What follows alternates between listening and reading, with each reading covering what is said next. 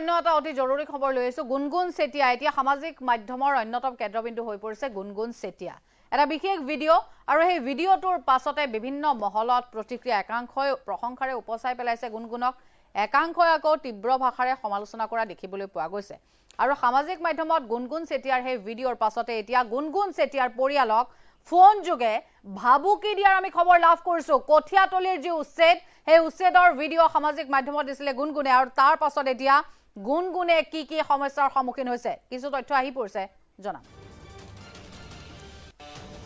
গুনগুন চেতিয়াৰ পৰিয়ালক ফোন যোগে এবাৰ ভাবুকি দিছে গুনগুনে আপলোড কৰা সেই দৃশ্য যেহেতু সামাজিক মাধ্যমত বিয়পি পৰিছিল কঠিয়াতলি উচ্ছেদৰ ভিডিঅ' সামাজিক মাধ্যমত দিছিলে গুনগুনে আৰু গুনগুনে আপলোড কৰা সেই দৃশ্য সামাজিক মাধ্যমত যেনে ধৰণে বিয়পিছিলে সেই কথা নিশ্চয় আপুনিও জানে উচ্ছেদৰ ভিডিঅ' আপলোডক লৈ ভাবুকি দিয়াৰ অভিযোগ উত্থাপন হৈছে আৰু গুনগুনৰ চিনাকি লোকক ফোন কৰি কঠিয়াৰ নিউজ বন্ধ কৰাৰ কথা উল্লেখ কৰিছে পৰৱৰ্তী সময়ত প্ৰয়োজন হলে গুনগুনৰ পৰিয়ালে নামসমূহ উল্লেখ কৰিব নামসমূহ তেওঁলোকে কৈ দিব মুকলিকৈ গুনগুন চেতিয়াৰ পৰিয়ালক ফোন যোগে ভাবুকি দিছে যি লোকে ভাবুকি দিছে যদি প্ৰয়োজন হয় তেনেহলে সেই লোকৰ নাম গুনগুনৰ পৰিয়ালে জনাব গুনগুন চেতিয়াৰ পৰিয়ালক এবাৰ ফোন যোগে ভাবুকি কঠিয়াতলি উচ্ছেদৰ ভিডিঅ' সামাজিক মাধ্যমত গুনগুনে যেহেতু প্ৰস্তুত কৰি দিছিলে সেই ভিডিঅ'ৰ পাছতে তোলপাৰ হৈ পৰিছিলে সমগ্ৰ ৰাজ্য আৰু গুনগুনে আপলোড কৰা সেই দৃশ্য ছ'চিয়েল মিডিয়াত বিয়পি পৰিছিল আৰু তাৰ পাছত এতিয়া গুনগুন বিভিন্ন ধৰণৰ সমস্যাৰ সন্মুখীন হৈছে উচ্ছেদৰ ভিডিঅ' আপলোড কৰাক কেন্দ্ৰ কৰিয়ে ভাবুকি দিয়াৰ গুনগুনৰ পৰিয়ালে অভিযোগ উত্থাপন কৰিছে গুনগুনৰ সেই ভিডিঅ'ক লৈ একাংশ এতিয়া গুনগুনক দিছে ভাবুকি গুনগুনৰ চিনাকি লোকক ফোন কৰি কঠিয়াৰ নিউজ বন্ধ কৰাৰ কথা উল্লেখ কৰিছে আৰু যদি এনে ধৰণে চলি থাকে তেনেহলে পৰৱৰ্তী সময়ছোৱাত কিন্তু গুনগুনে মুকলিকৈ যিসকলে ভাবুকি দিছে তেওঁলোকৰ নাম প্ৰকাশ কৰিব বুলি আশ্বাস দিছে গুনগুন চেতিয়াৰ পৰিয়ালৰ এই গুৰুতৰ অভিযোগ কঠিয়াতলিৰ উচ্ছেদৰ ভিডিঅ' সামাজিক মাধ্যমত গুনগুনে দিছিলে আৰু সেই ভিডিঅ'ৰ পাছতে গুনগুনক একাংশই প্ৰশংসাৰে উপচাই দিছিলে একাংশই তীব্ৰ ভাষাৰে সমালোচনা কৰিছিলে আৰু উচ্ছেদৰ ভিডিঅ' আপলোডক লৈ এইবাৰ গুনগুনৰ পৰিয়াললৈ আহি পৰিছে ভাবুকি ফোন যোগে আহিছে এই ভাবুকি গুনগুনৰ চিনাকি লোকক ফোন কৰি কঠিয়াৰ যি নিউজ সেই নিউজ বন্ধ কৰাৰ কথা উল্লেখ কৰা হৈছে আৰু এনে ধৰণে যদি চলি থাকে তেনেহলে পৰৱৰ্তী সময়ছোৱাত প্ৰয়োজন হলে গুনগুনে মুকলিকৈ সেই নাম উল্লেখ কৰিব যিয়ে তেওঁক দিছে ফোন যোগে ভাবুকি গুনগুন চেতিয়াৰ পৰিয়ালক এবাৰ ভাবুকি একমাত্ৰ সামাজিক মাধ্যমত গুনগুনে দিয়া সেই ভিডিঅ' আৰু সেই ভিডিঅ'ক লৈ এতিয়া তুমুল চৰ্চা প্ৰান্তে প্ৰান্তে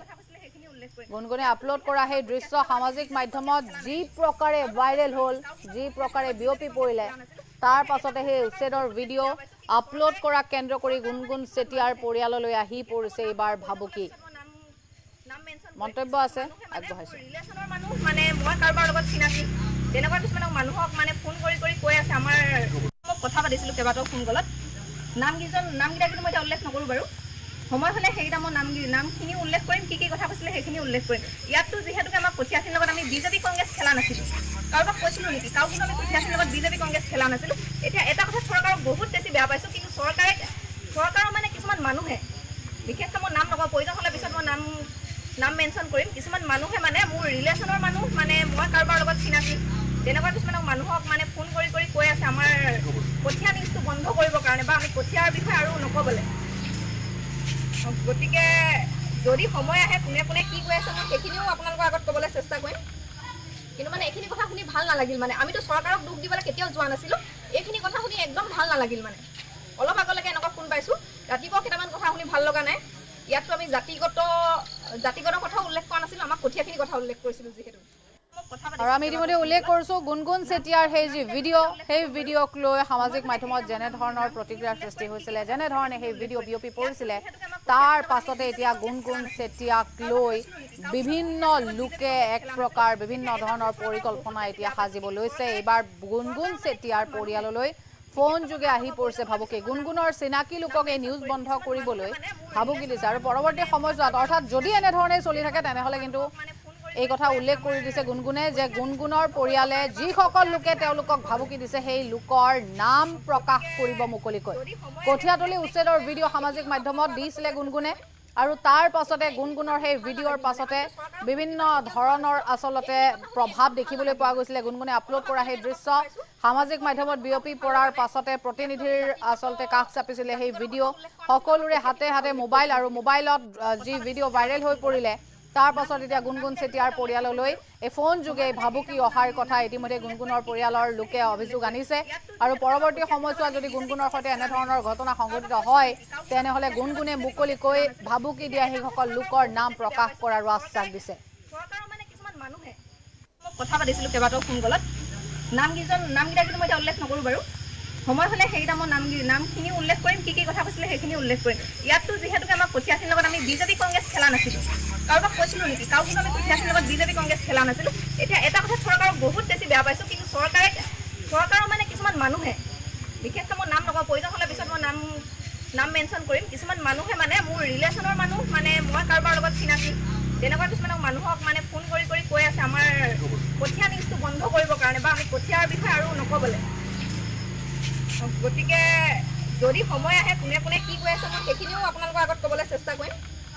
কিন্তু মানে এইখিনি কথা শুনি ভাল নালাগিল। মানে আমিতো চৰকাৰক দুখ দিবলৈ কেতিয়াও যোৱা নাছিলোঁ, এইখিনি কথা শুনি একদম ভাল নালাগিল। মানে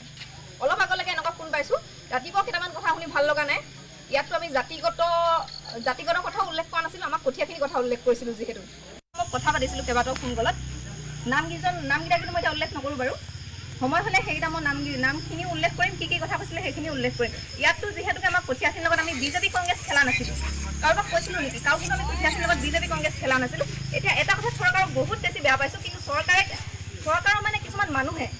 বিশেষকৈ মই নাম নকওঁ, প্ৰয়োজন হ'লে পিছত মই নাম মেনশ্যন কৰিম, কিছুমান মানুহে মানে মোৰ ৰিলেশ্যনৰ মানুহ, মানে মই কাৰোবাৰ লগত চিনাকি,